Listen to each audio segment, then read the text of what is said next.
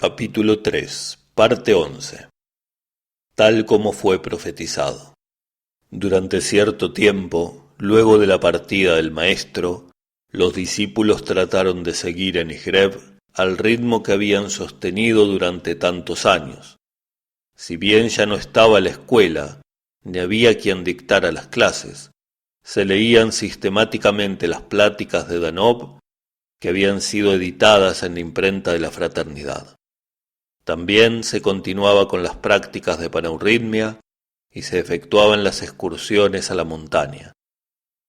Con respecto al orden y a la administración de la fraternidad, se designó por votación un consejo de hermanos integrado por los más antiguos y reconocidos discípulos, y algunos de ellos, entre los más capaces, hacían las veces de instructores o consejeros de aquellos que se iban integrando al grupo como neófitos o servidores. Todo continuó de esta manera hasta que nuevos vientos comenzaron a soplar sobre Bulgaria. La guerra ya había terminado. Sin embargo, el influjo soviético fue acentuándose cada vez más en el país, lo que provocó que los partidos de izquierda aumentaran su fuerza ganando mucho espacio entre las masas populares. Si bien al principio pareció como si nada cambiaría la constitucionalidad búlgara, el constante sometimiento al que se veía obligado el país logró que la esencia del régimen político se fuera quebrantando hasta provocar un rotundo cambio institucional. El 8 de septiembre de 1946 se celebró un plebiscito nacional para fijar la forma de gobierno y casi todo el censo electoral votó por la República. El rey Simeón fue destronado, quedando así abolida la monarquía. Simeón y toda la familia real pudieron dejar el país, pero, sin embargo, y tal como lo había predicho Danov, mucha sangre corrió por toda Bulgaria.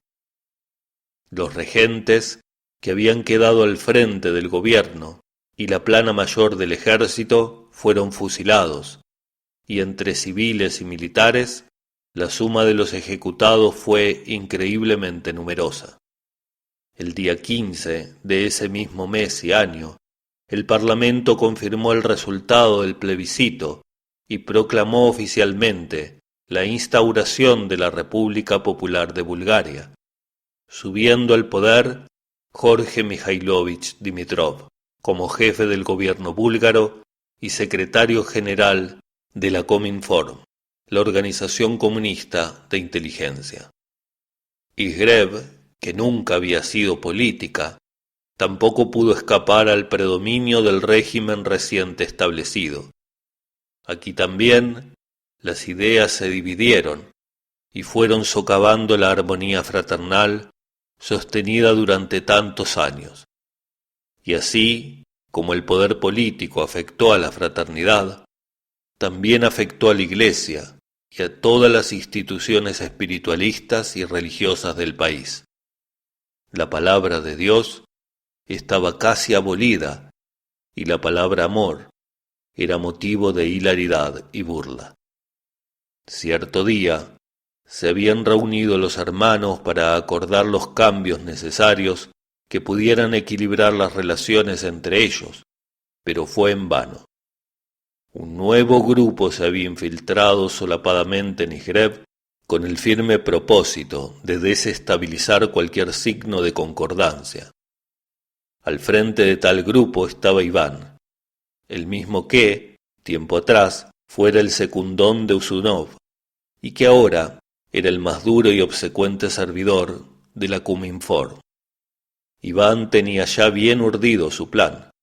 Su mayor propósito era provocar una reacción en aquellos discípulos más arraigados a la fraternidad, y para ello su más perverso intento fue dirigido hacia la destrucción de la misma. De esta forma, su venganza se vería cumplida. En principio comenzó su estrategia proponiéndose en asamblea como miembro del Consejo de Hermanos, cosa que causó asombro y disgusto general. Tal pretensión era inaceptable, por lo que fue denegada.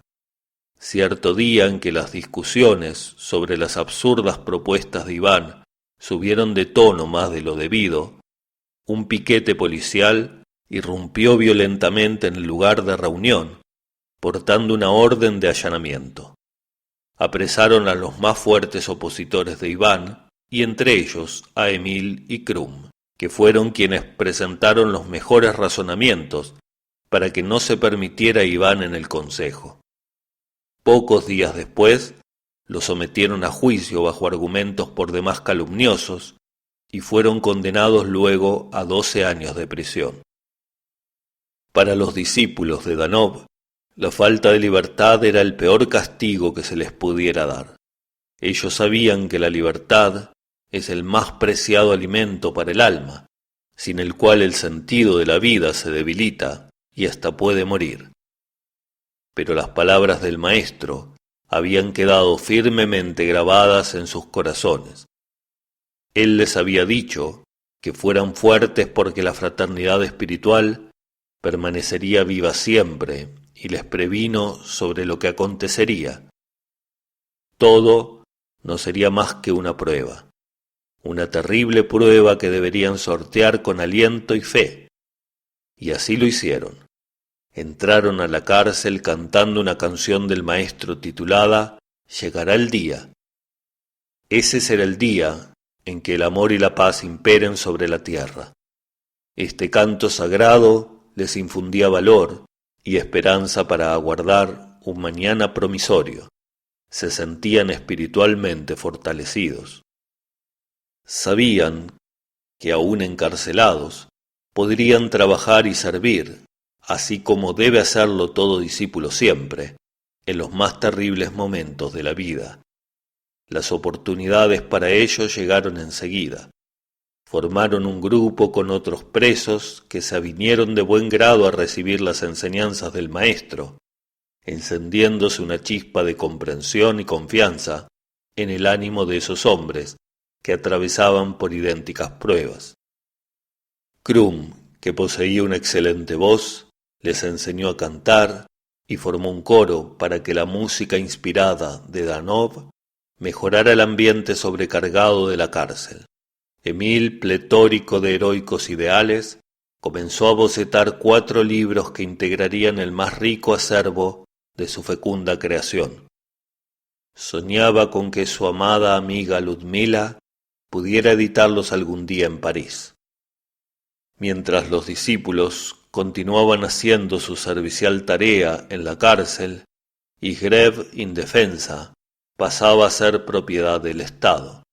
Los hermanos, que aún seguían en libertad, nada pudieron hacer, y guardaron el hecho en secreto para evitarles sufrimientos a los que estaban privados de su libertad. Sólo lograron conseguir las pertenencias de la fraternidad, especialmente lo que había sido del Maestro, con vistas a un futuro museo. El año 1953 marcó un hito en la política rusa y la situación fue luego aflojándose de a poco. Ese fue el año de la muerte de Stalin y un ucraniano, recientemente llegado a Moscú, de nombre Nikita Khrushchev, fue nombrado secretario del Comité Central del Partido Comunista, pasando a ser el personaje más preponderante de la política rusa. Desde allí su aspiración creció bien alto. Buscaba ser elegido jefe del gobierno de la Unión Soviética. Para ello, buscó efectos políticos muy positivos y comenzó a recorrer los países satélites favoreciéndolos en cierto grado. Al llegar a Sofía, pidió visitar la cárcel y comprobó allí la exagerada existencia de presos políticos que la habitaban en forma por demás lamentable, y adoptando un gesto de magnanimidad, pidió su excarcelación. De tal manera, los discípulos lograron su libertad a solo 4 años de reclusión. Las puertas de la cárcel se abrieron y Emil y Krum salieron abrazados, Emil sostenido por Krum, debido a que su salud se había resentido demasiado a causa de una mala alimentación, sostenida por demasiado tiempo, y a la que no estaban acostumbrados los discípulos, que eran naturistas. Cuando vieron la calle, no sabían por dónde tomar. Todo estaba muy cambiado. Las viviendas ahora se habían convertido en bloques altísimos y las plazoletas tenían más propaganda política que arboleda. Todo daba la sensación de encierro, como una continuación de la cárcel. Qué distinta estaba Sofía. Los edificios tapaban las montañas y ya no se divisaban los valles. Era como si la naturaleza no existiera. Con cierto desaliento, decidieron ir a Isgreb, pensando que podrían alojarse en sus casitas, y hacia allí se dirigieron. Cuando comenzaron a subir la colina de Isgreb, notaron algo extraño. La tierra estaba revuelta y anchas huellas habían desfigurado el camino. Al llegar, vieron sorprendidos enormes topadoras que hacían un ruido infernal. Por todos lados había montañas de escombros y muchos hombres trabajaban allí. Estaban demoliendo la fraternidad de Isgreb. Las casitas de los hermanos ya habían desaparecido y la tarea ahora se concentraba en la demolición del salón de conferencias y conciertos, la casa del maestro y el observatorio astronómico. Los hermanos se sentían anonadados. Un hombre que al parecer dirigía la obra se acercó a ellos y Emil le preguntó: ¿Quién te ha ordenado esto? ¿Qué harán aquí? Tenemos orden del gobierno para demoler este lugar, respondió el obrero, y luego continuó su explicación con cierto orgullo. Estamos modernizando la ciudad. Haremos una bella plaza alrededor de ese cantero florido, circundado por esa verja de hierro, con muchas estrellas y un ancla en el centro. Según dicen, se trata de una sepultura, porque mucha gente trae flores aquí. Pero esto no lo tocaremos. Los difuntos me dan miedo. Además, allí donde están demoliendo ahora, levantaremos el edificio de la embajada soviética. Este será un barrio de bellas residencias.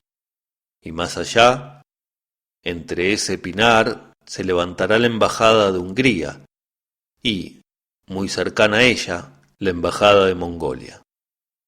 Como usted comprenderá, todo se va renovando, camarada. El régimen es progresista. Por si le interesa, este barrio residencial seguirá llamándose Isgreb. Es un nombre bonito, ¿verdad? Mientras el hombre hablaba, Emil se sentía desfallecer. Gruesas lágrimas corrían por sus mejillas. De golpe sintió un dolor muy agudo en la boca del estómago y Krum debió sostenerlo para poder descender por la colina. Krum condujo a su amigo hasta la casa de Ana Dobreva, en el centro de la ciudad. Sabía que allí podría ser cuidado y se le brindaría atención médica. Aunque estaba demasiado débil y su estado general era ciertamente crítico, tendría mayores posibilidades de mejorar. Esto era lo cierto, pues a los pocos días comenzó a sentirse mejor. Ahora era preciso buscar trabajo y a esto se dedicó con verdadero ahínco. No fue fácil conseguir lo que buscaba. Mientras estuvo en la cárcel, le perdieron sus documentos de identidad. Además, como había quedado cesante en el ministerio con antecedentes de oposición al nuevo régimen, simplemente porque trabajó como empleado estatal durante la monarquía, todos temían o no querían darle trabajo. Solamente un mosaiquista italiano, artesano de buen nombre y buen amigo de la fraternidad, llevó a su taller a Emil y Krum para que trabajen con él. En las horas libres, Emil fue terminando sus libros y un fortuito viaje de Ludmila a Bulgaria permitió que estas obras pudieran editarse en París con gran éxito. Esto lo animó en gran manera, pero con su trabajo de mosaiquista no le fue tan bien. La tarea le gustaba, pues le permitía cierto vuelo creativo en los diseños. No obstante, la humedad del ambiente en el que debía pasar tantas horas diarias y el gran esfuerzo que le exigía el pulimento de los mosaicos, volvieron a resentir su salud y no volvió a recobrarla.